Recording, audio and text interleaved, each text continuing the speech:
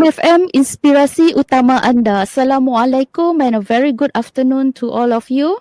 Dear listeners, thank you for spending your time with us, whether you are tuning in live on the radio or following along on Facebook and YouTube through IKIM FM. We are truly glad to have you with us. I'm Susanna, fellow at the Center for Economy and Social Studies, Institute of Islamic Understanding Malaysia or IKIM, and it is my pleasure to welcome you today to Open Forum. Our topic today is local wisdom, the traditional Malay medicine. To begin with, Allah Subhanahu wa Taala in the Quran remind us in Surah Ashura verse 80, and when I am ill, it is He who cures us. With that in mind, today we explore a subject that touches both our personal life and our nation's future, health and wellness, not just as medical needs, but as part of our amanah or sacred trust to Allah. In Malaysia, traditional and complementary medicine, especially Malay traditional healing, has been part of our heritage for centuries. At the same time, the global wellness economy is growing rapidly, blending preventive healthcare, mental well-being, and healthy living. The question is, how do we ensure these practices remain aligned with Islamic principles, supported by evidence and beneficial to both body and soul? And to guide us in this discussion, we are honored to have with us Tuan Muhammad Adzhar Abdul Latif, a practitioner and an academic who has been dedicated his career to integrating traditional wisdom with modern science while anchoring it firmly in Islamic values. Welcome to Open Forum, Tuan Adzhar. How are you today? Alhamdulillah, thank you, Puan Susanna. Okay, to all dear listeners, okay, let me just introduce you. Tuan Muhammad Adzhar bin Abdul Latif, he is currently the Associate Professor at the Faculty of Traditional and Complementary Medicine, Linton University College, where he leads the Malay Medicine Department. And he also served as a permanent member of the National Council for Traditional and Complementary Medicine, or TCM, under the Ministry of Health Malaysia. Okay, to begin with, the traditional Malay medicine, or TMM, has been instrumental to the community, especially the Malay community in Malaysia, as a method of treatment and healthcare.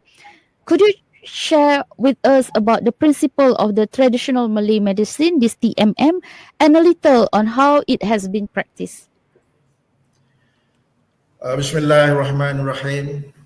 Alhamdulillahi Rabbil Alamin. Wassalatu wassalamu ala ashrafil anbiya wal mursalin wa ala alihi wa sahbihi ajma'in. Assalamualaikum warahmatullahi wabarakatuh. Thank you to Puan Susanna and IKIM FM for having me here in this open forum. It is an honor for me to share my passions of this ancient knowledge of traditional Malay medicine practices. Firstly, let us look at what is the definitions of traditional Malay medicine. Okay. Traditional Malay medicine or Malay medicine is skills and practices based on traditional theories, beliefs, and experiences. The approach is holistic, comprises of manipulative, biochemistry, and spirituality, encompassing of body, mind, and soul. Its practice is grounded in compliance with Sharia principles and remain within the bounds of Islamic creed.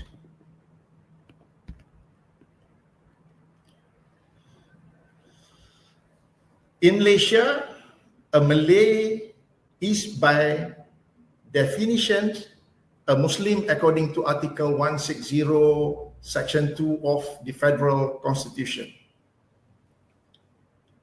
The effectiveness and efficacy of traditional Malay medicine, which has been practiced for generations, have indeed been capable and proven in addressing various physical and spiritual illnesses. There are a few branches of practices or recognized sub-modality under traditional Malay medicine or TMM practices, which are traditional Malay postnatal care, traditional Malay massage, herbal treatment, and cupping or hijama. The Malay postnatal care, TMPC, provides care for the new infants and mother after giving birth, which traditionally managed by traditional practitioner or midwife. TMPC is one of the most comprehensive care during the abstinence among the traditional postnatal care practices. This is mainly for the recovery, maintaining quality of life, and not to forget, for beauty of the mother. In my center, I'm offering the TMPC courses and treatment with the tagline of the embodiment of elegance. Whereas the traditional Malay massage is a massage technique that utilizes the entire hand as well as other parts of the body, such as the knees and heels, and may also involve the use of massage tools, either with oil or without. The method includes pressing, pushing, gripping, kneading, rubbing, stroking, gliding, rolling, squeezing, tapping, punching, and pulling. The main purpose is for treatment, restoration, rehabilitation, and maintaining good health. The third one is the traditional Malay cupping or hijama. Is a therapeutic method that involves suctions of the skin and underlaying tissues through light vacuum pressure using cupping vessel made of glass, plastic, bamboo, or horn. Applied to specific points or area until blood accumulates beneath the skin. The accumulated blood is then drawn out by the vacuum pressure of the cupping vessel through light incisions or scratches made with a blade or lancet needle.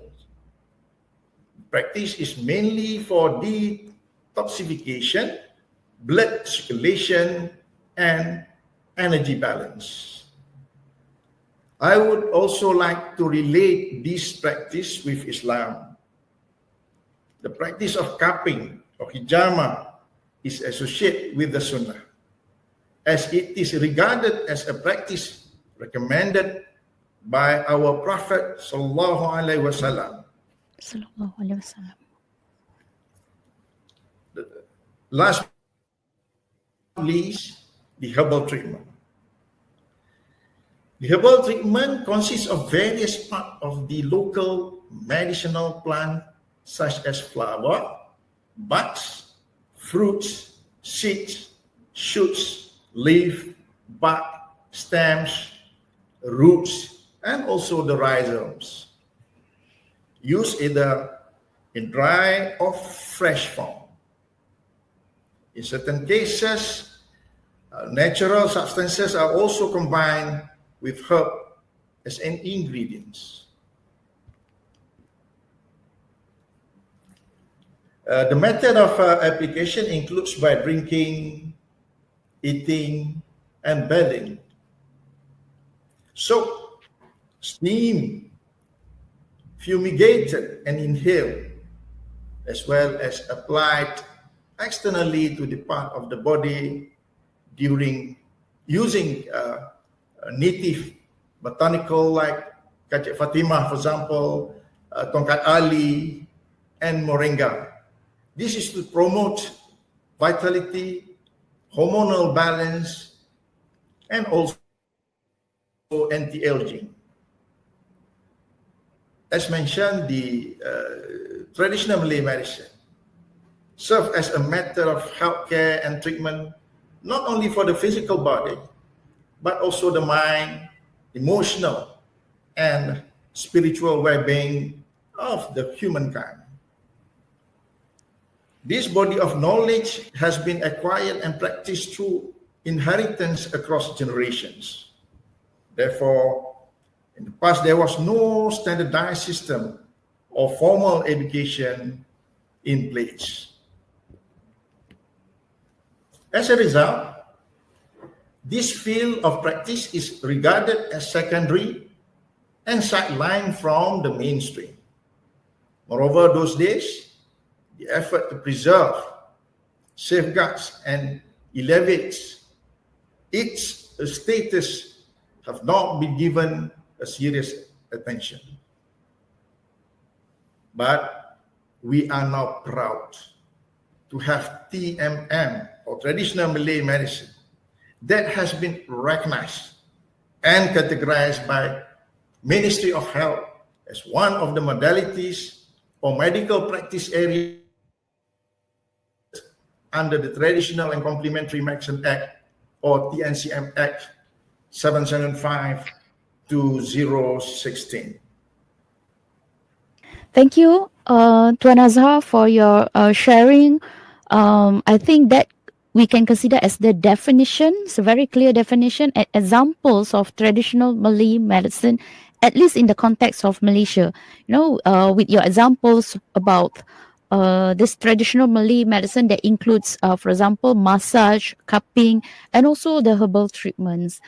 But Tuan Muhammad Adzhar, we know that there are also issues and concerns about traditional healing practices, and this traditional Malay medicine is not, is not an exemption.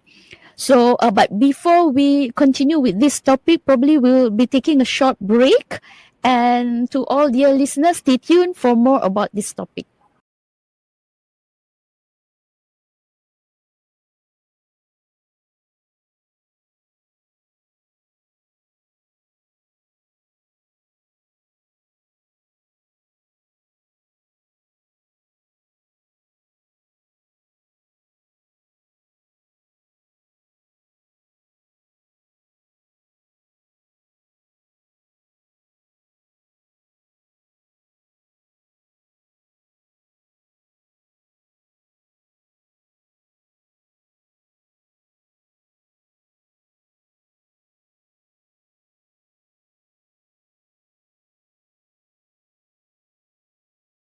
Okay, we come back to this open forum slot with our topic today, local wisdom, the traditional Malay medicine. And we have Tuan Muhammad Adzhar Abdul Latif to share more about this topic.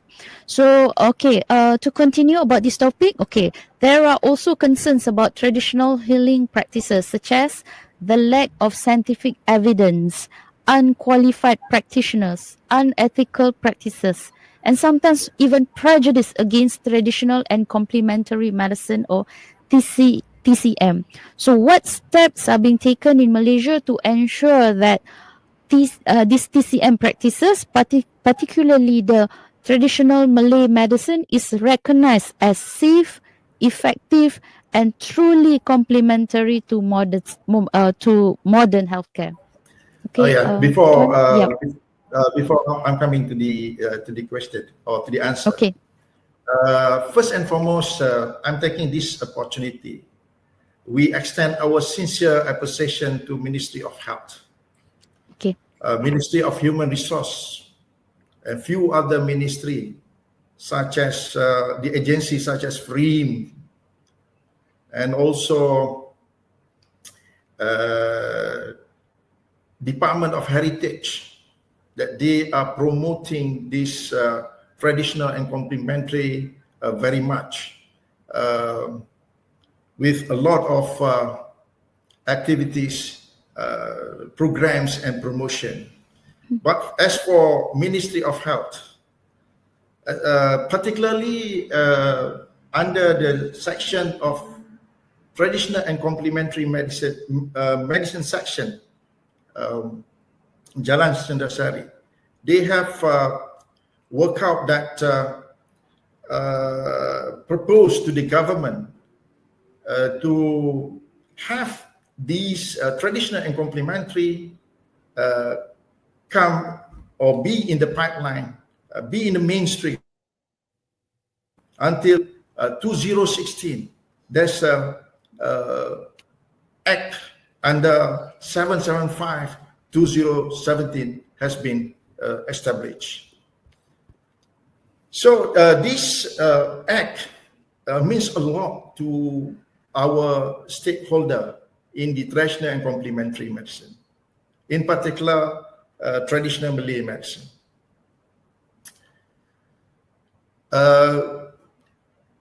In that act, our practitioners are now regulated. We are recognized. Even only few sub-modalities have been recognized under traditional Malay medicine. But that really means a lot to our industry. So we can now proudly say that we are already recognized and given a license to practice for those who are eligible or qualified to practice. So way back in 2021, the first move from traditional and complementary medicine council. Actually, we are having our council already has been formed.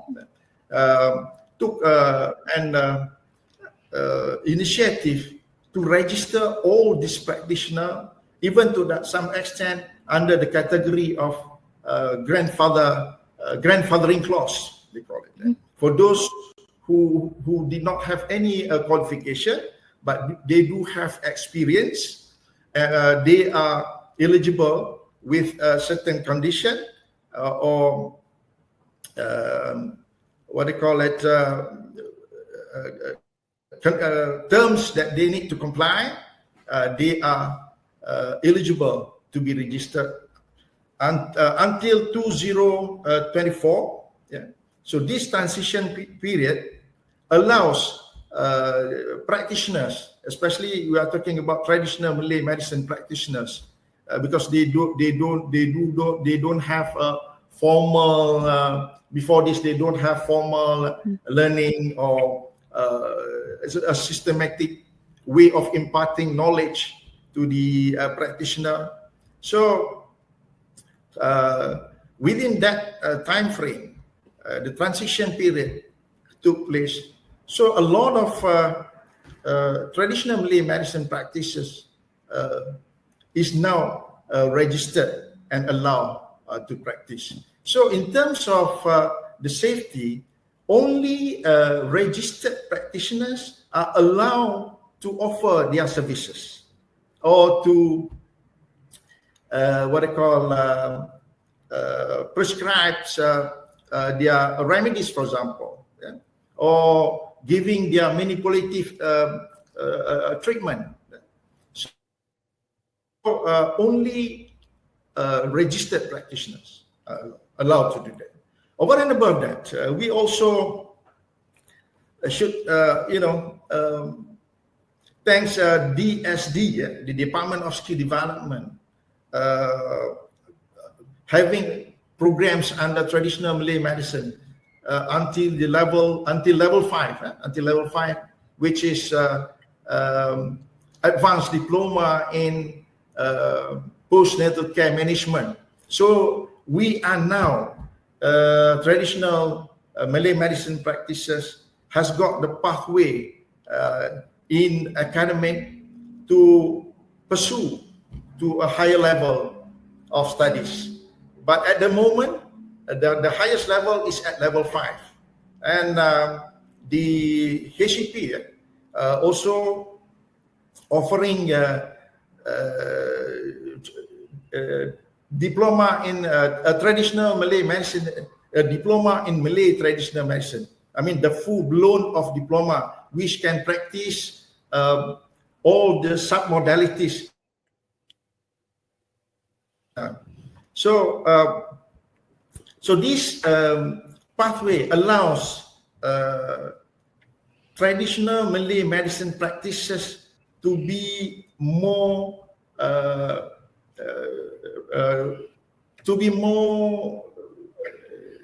accepted by the public, or by the user, or by the patient, because they are having a proper education by now.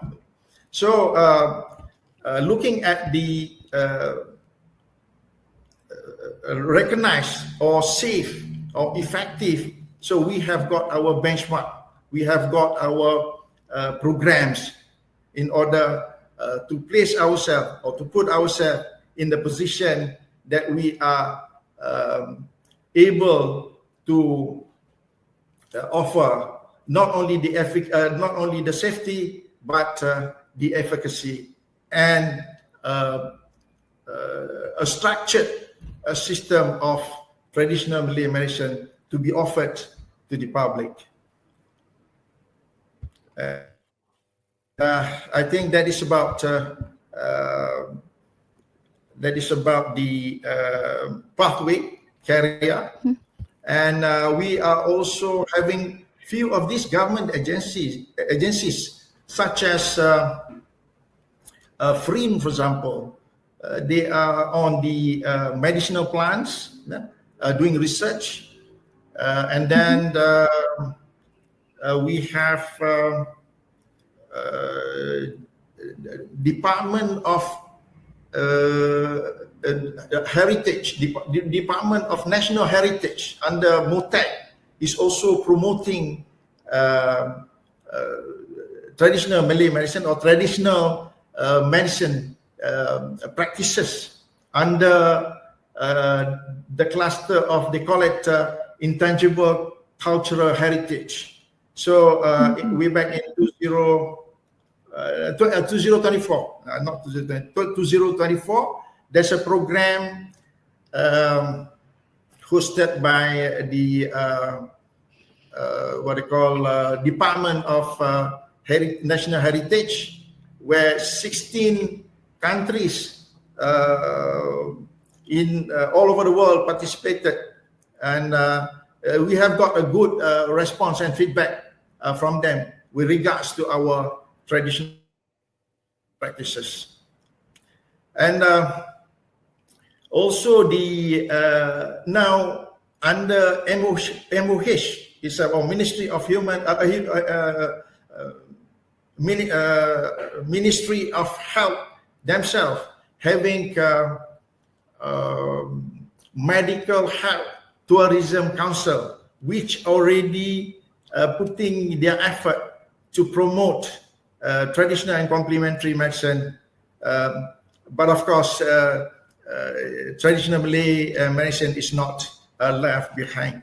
So that shows the what they call the acceptance of the public, this acceptance of the stakeholder in the traditional and complementary medicine, accepted traditional Malay medicine. Over and above that, also we are now gearing towards the evidence-based medicine. So under traditional and complementary medicine,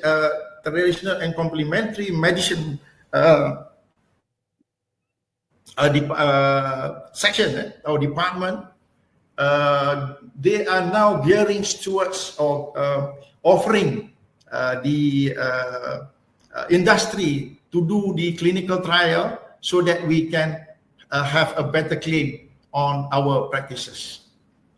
So I think on the safety and efficacy is there. Yeah? We are gearing towards that. Yeah?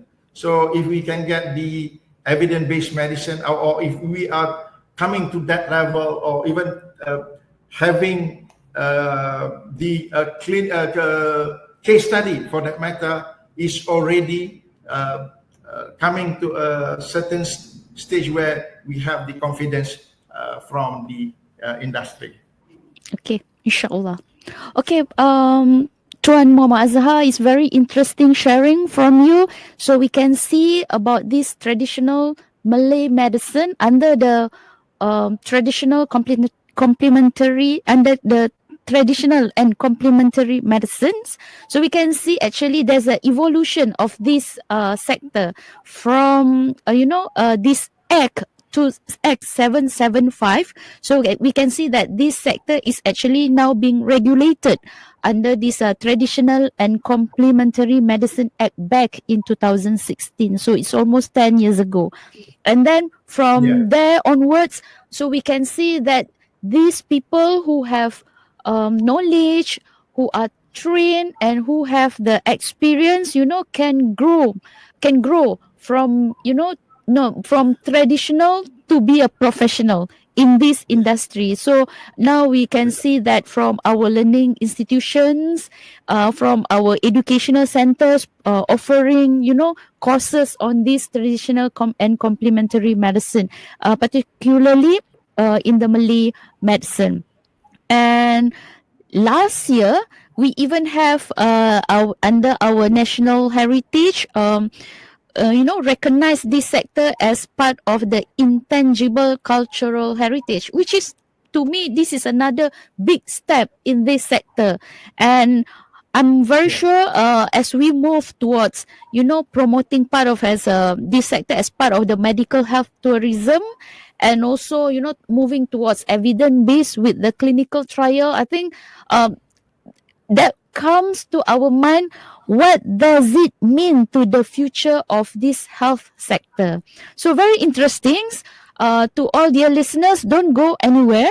We are just taking a short break and we will be right back more on this topic.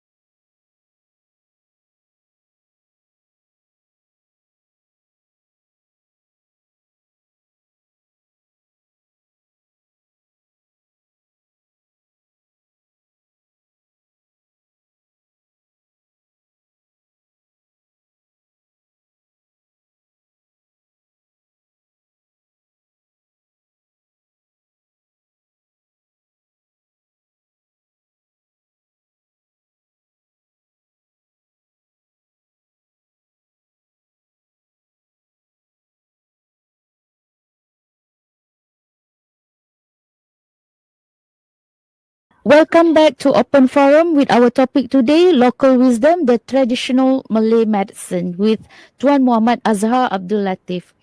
Okay, Tuan Adzhar, we continue. Nowadays, many people are talking about the wellness economy, which includes preventive healthcare, mental wellness, and healthy living.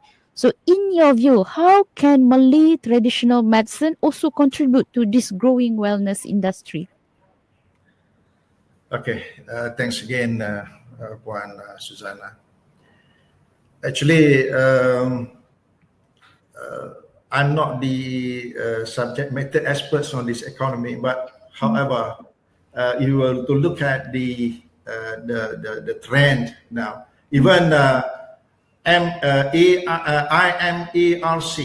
IMARC Group is a global market research firm whose report on Malaysia's corporate wellness market estimated the value is at US 297.82 million in 2024. projected to reach USD 507.88 million by 2033. So the CAGR is 6.11%, the compound annual growth rate. So the report highlights rising demands of holistic health solution, including traditional therapies. So positioning Malaysia as a growing player in the regional of wellness economy. If we were to look at in the real practice or in the field, as I am one of the practitioner in traditional and Malay medicine, and I was been invited to Singapore way back in 2023, inviting me to talk on or to present on postnatal care. Okay. It gave me a shock when I thought that the crowd is something like 30 to 50 or even 100. But when I reached Singapore, I was taken to a place called Expo. There's a place where they do exhibitions in Singapore, and they gave me one slot to talk about Malay traditional postnatal care. I really got a shock where the spectators or the audience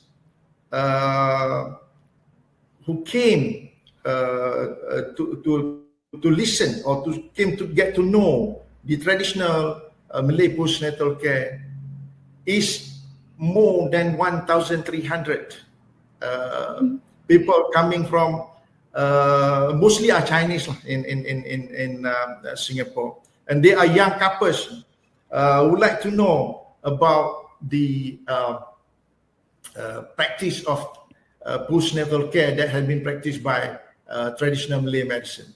So I think this type of promotions, has already making them understands that the mother after giving birth need to be treated or need to have a proper therapist in order to stay healthy or even to stay beauty, for to handle the beauty part of it, of this the mother, not only the infant but the mother. So if we were to look at the trend, if Singaporeans can accept traditional Malay medicine, I think we can grow rapidly, even to other countries. I was also invited to give a talk to Australians, American, and just to share, we have our practitioner in postnatal care that has been, invited to America, to Middle East, to give their services over there. And the fee that has been offered is very attractive, I think, very handsome. They are getting something like more than 30,000 ringgit if we were to convert to ringgit. So I think these indicators shows that there is a demand, and in terms of economy, I think globally, or even not only at our national level, but we are talking about international level. So this wellness industry is growing rapidly.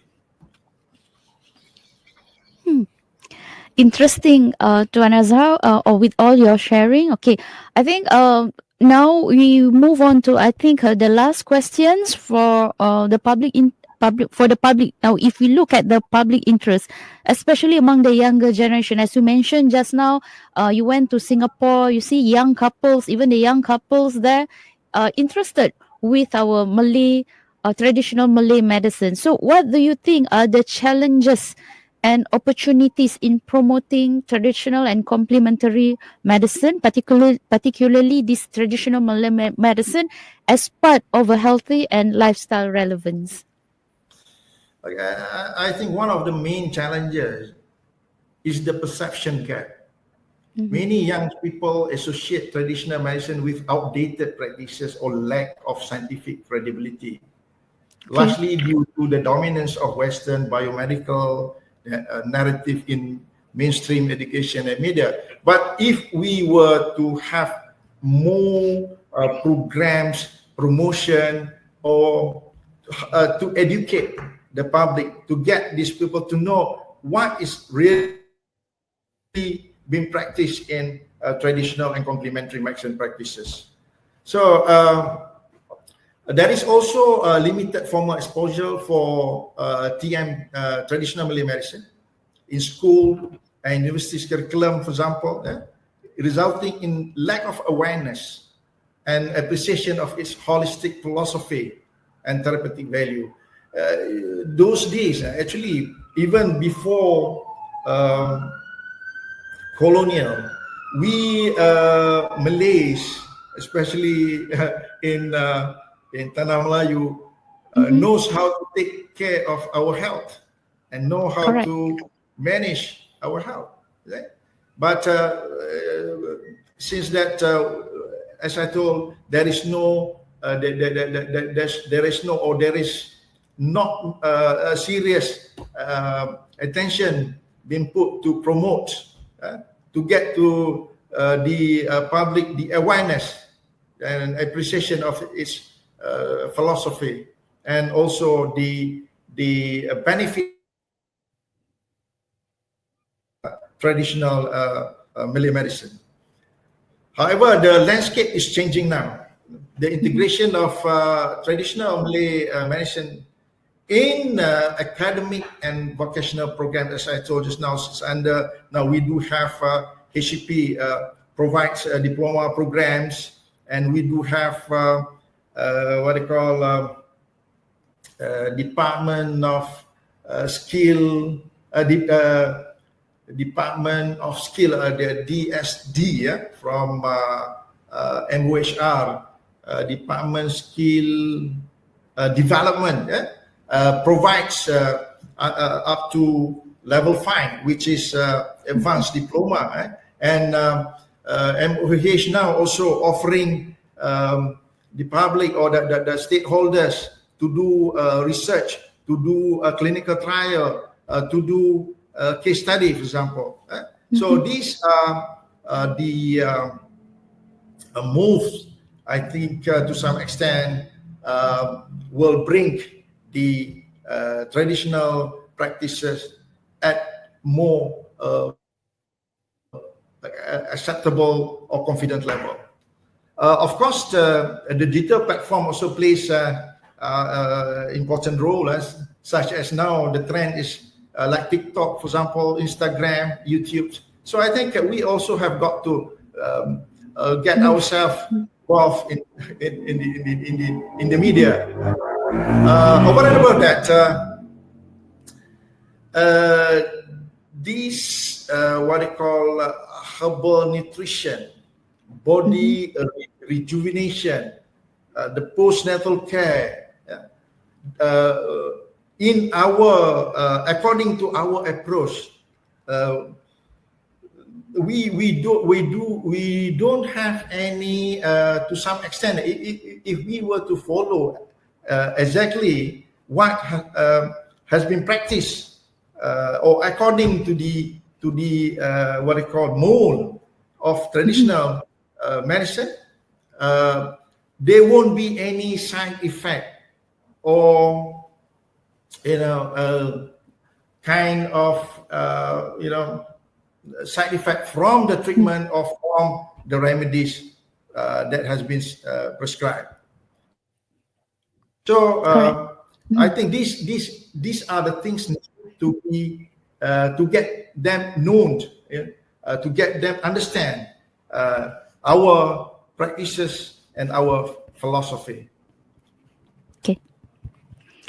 Okay, Alhamdulillah, we have such an enriching discussion today on local wisdom, the traditional Malay medicine. And to our listeners, we have learned that health and wellness are not just about curing illness, but also about caring for the body, mind, and soul. And this traditional healing, Malay healing, is part of our heritage. And when guided by the Islamic principles and supported with knowledge, it can complement modern healthcare in a meaningful way. So before we end, what advice, Tuan Muhammad Adzhar, would you give to our listeners on maintaining health and wellness, not only for the body, but also for the mind and soul in accordance with Islamic teaching? Yeah, it need to be balanced. Yeah, in Islam, wellness is not merely the absence of illness. It is a state of harmony between physical, emotional, the mind, and the spiritual dimension of life. Correct. Traditional Malay echoes this through its emphasis of balancing the body's element, which is the earth, the fire, the water, the wind, aligning with the Islamic concept of fitrah, our natural state of being. Also, health need to be viewed as divine trust and personal responsibility. In Islam, the body is an amanah, a trust from Allah subhanahu wa ta'ala. Caring for it's an act of worship. Traditional Malay medicine treats traditional knowledge as sacred inheritance, not just cultural, but spiritual, to be preserved, practiced, and then, of course, it's going to be passed on with integrity. Another thing is that bridging traditional wisdom with modern sciences. We don't need to choose whether we have got to go to modern medicine. We have got to go to traditional or to get the treatment from a traditional perspective. Instead, we build bridges. TMM offers preventive, restorative, and a long-term care that complements biomedical approaches, especially in chronic care and emotional well-being. So, true wellness begins with awareness, gratitude, the moderations, and reconnecting with our roots, culturally, spiritually. It's not a step backward, but meaningful way forward. Honor your body, nurture your soul, and live with intention. Thank you. Thank you, Tuan Muhammad Adzhar, for your sharing and very, your insights from your experience. I believe this traditional Malay medicine is a very, actually a very meaningful way for us to be, as we move, as our nation move towards aging society. So we need to be proactive in maintaining our health. So that comes with the lifestyle. So I trust that traditional Malay medicine has some useful knowledge and practices that we can we can combine, we can integrate with our everyday lifestyles in order for us to have the best health level, so that we can perform our ibadah more meaningful in our life. And thank you so much, Tuan Muhammad Adzhar, for sharing your insight with us today, and to all our listeners. Thank you for staying with us on Open Forum. Until we meet again, may Allah bless us with strength, peace of mind, and barakah in our daily life. Assalamualaikum warahmatullahi wabarakatuh. Thank